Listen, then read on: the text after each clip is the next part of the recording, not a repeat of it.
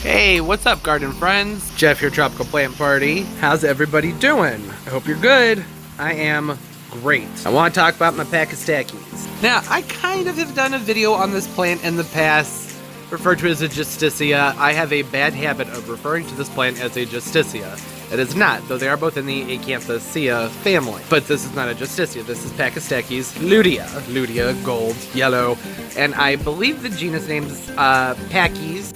Pachys means thick, and Stachys is supposed to be like an ear of corn. These are also commonly called lollipop plants or shrimp plants. And you can see when you look at the flowers why they might be called the shrimp plant.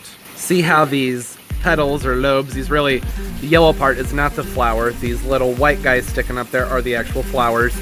But they overlap each other, very similar to that of the exoskeleton on a shrimp plant.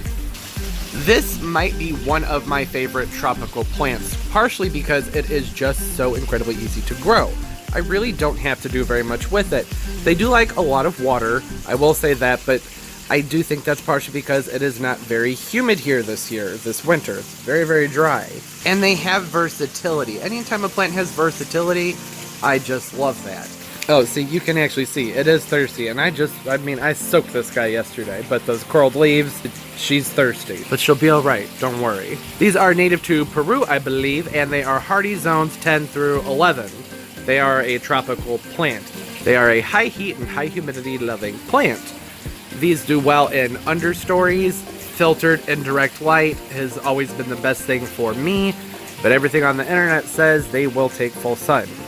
When I put them in full sun, they scorch, they get crinched up and not happy. However, they're potted, and potted culture is just a little bit different sometimes because availability of moisture and whatnot. So if it's in a nice, well-drained, organically rich soil in full sun with good irrigation, I'm sure it would do well. And you can expect these guys to get anywhere from 2 to 6 feet tall. I don't know why they would stay at 2 feet tall when they can get much taller than that. They grow quickly. I got this as a tiny little 4-inch plant.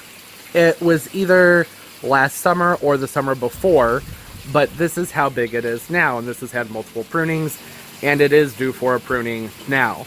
It is best to go ahead and give them a winter prune, or a late fall prune, I should say, because they tend to get kind of leggy. As you can see here, they tend to get a little bit leggy in the winter time. That's not just indoor culture, that seems to be true outdoors as well.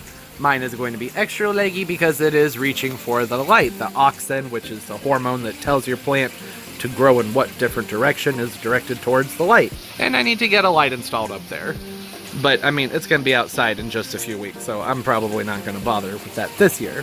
But maybe next year. These are easy to grow from seed or from cuttings. I am thinking about taking some cuttings from this guy. I haven't tried it myself, but cuttings usually are not the hardest thing to manage, so I will probably be doing that, but in a separate video. Because I can get a lot of plants off this guy, because this is really dwarfing the Phoenix robellini or the pygmy date palm that is in the pot with it. Another great perk to the Pachystachys Lutea is that it is fairly free flowering. It will flower for you year-round in the right conditions. Now, like I said, I usually give this a heavy prune in the early winter, late fall, and that kind of stunts its flowering a little bit. And then in the springtime, when I move it outside, I move it out when things are a little bit cooler, and once temperatures pick back up, it starts blooming again like crazy.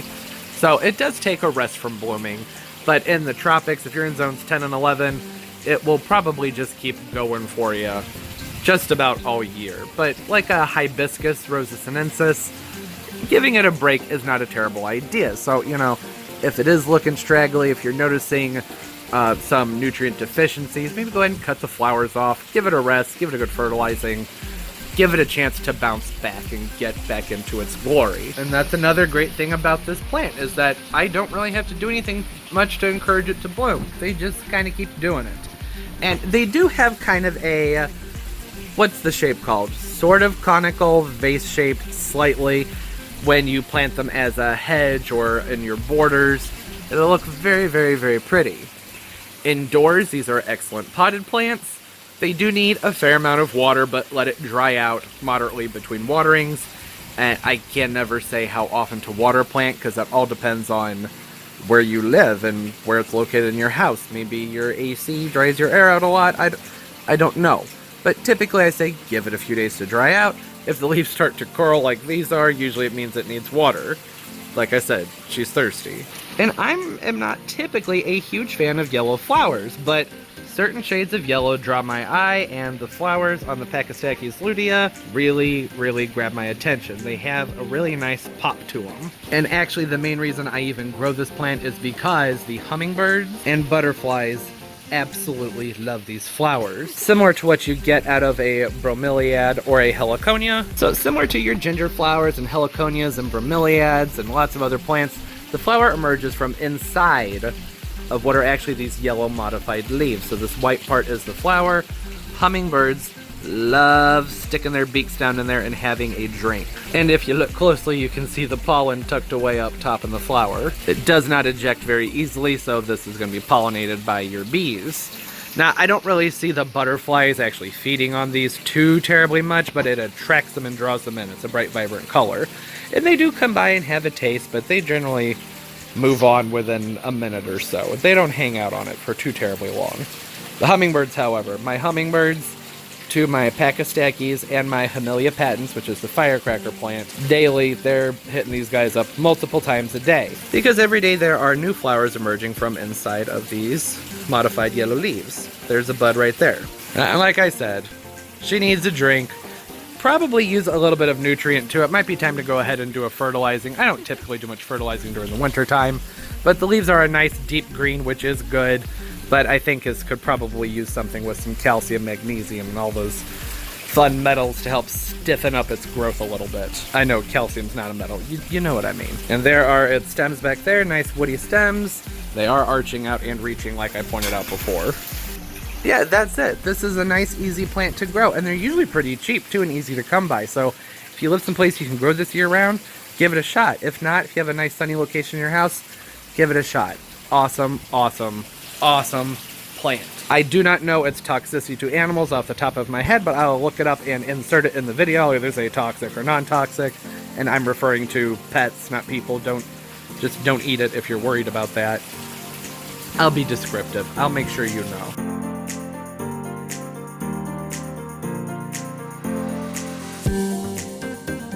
My general rule of thumb when it comes to houseplants, though, is I pretty much assume they're all toxic and I don't want my pets chewing on them, no matter what. But that's gonna do it. Quick little spotlight on one of my favorite tropical and easy to grow common plants. Don't forget to leave a thumbs up. It helps the video so much, and I appreciate every single one of them. Subscribe as well. I upload multiple times a week. I'll put all my social media stuff down below. Follow me, I'll follow you back, and we can have fun, nerdy plant time together. Always fun seeing each other's pictures of their plants and how people are growing things. And like I said, comment down below, because I love talking to y'all. All right, I hope everybody's doing well. And as always, keep on growing. Bye-bye.